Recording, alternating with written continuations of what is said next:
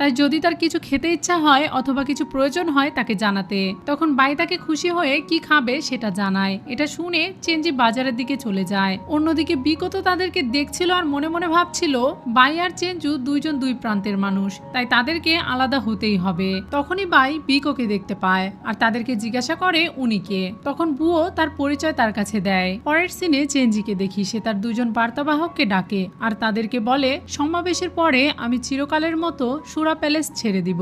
আমি বাইকে ভালোবাসি আর তার সাথেই সারা জীবন থাকতে চাই। এটা শুনে তারা দুজন তো অনেক অবাক হয়ে যায় আর তারা দুজন চেনজুকে বোঝানোর অনেক চেষ্টা করে। সে চেনজুকে বলে যদি আপনি সুরা প্যালেস একেবারে ত্যাগ করতে চান তাহলে একটাই রাস্তা খোলা আছে, সেটা হলো মৃত্যু। মৃত্যু ছাড়া কেউ কখনো সুরা প্যালেস ত্যাগ করতে পারেনি।